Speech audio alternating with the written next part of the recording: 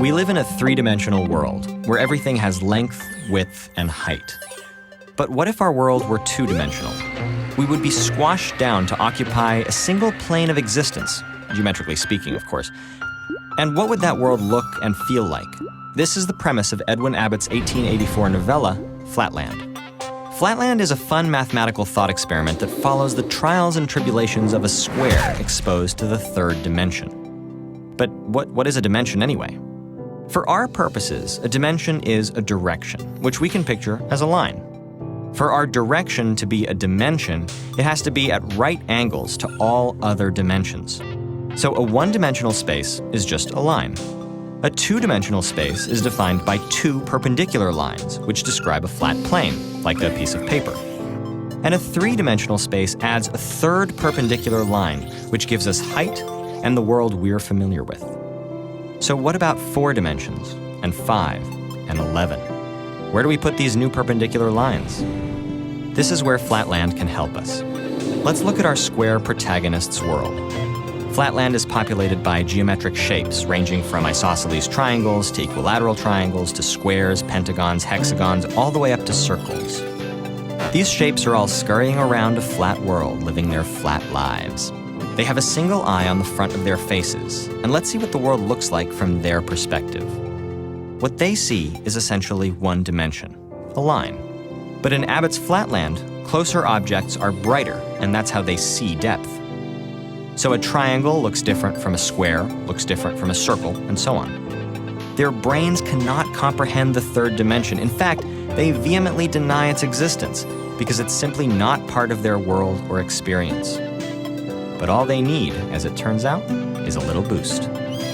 One day, a sphere shows up in Flatland to visit our square hero. Here's what it looks like when the sphere passes through Flatland from the square's perspective. And this blows his little square mind. Then, the sphere lifts the square into the third dimension, the height direction where no Flatlander has gone before, and shows him his world. From up here, the square can see everything. The shapes of buildings, all the precious gems hidden in the earth, and even the insides of his friends, which is probably pretty awkward. Once the hapless square comes to terms with the third dimension, he begs his host to help him visit the fourth and higher dimensions. But the sphere bristles at the mere suggestion of dimensions higher than 3 and exiles the square back to Flatland. Now, the sphere's indignation is understandable. The fourth dimension is very difficult to reconcile with our experience of the world. Short of being lifted into the fourth dimension by a visiting hypercube, we can't experience it. But we can get close. You'll recall that when the sphere first visited the second dimension, he looked like a series of circles that started as a point when he touched Flatland, grew bigger until he was halfway through, and then shrank smaller again. We can think of this visit as a series of 2D cross-sections of a 3D object. Well, we can do the same thing in the third dimension with a 4-dimensional object. Let's say that a hypersphere is the 4D equivalent of a 3D sphere. When the 4D object passes through the third dimension, it'll look something like this. Let's look at one more way of representing a 4-dimensional object. Let's say we have a point, a 0-dimensional shape. Now we extend it out 1 inch, and we have a 1-dimensional line segment.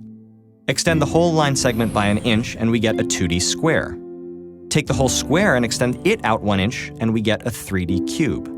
You can see where we're going with this. Take the whole cube and extend it out 1 inch, this time perpendicular to all 3 existing directions, and we get a 4D hypercube, also called a tesseract. For all we know, there could be 4-dimensional life forms somewhere out there, occasionally poking their heads into our bustling 3D world and wondering what all the fuss is about. In fact, there could be whole other 4-dimensional worlds beyond our detection, hidden from us forever by the nature of our perception. Doesn't that blow your little spherical mind?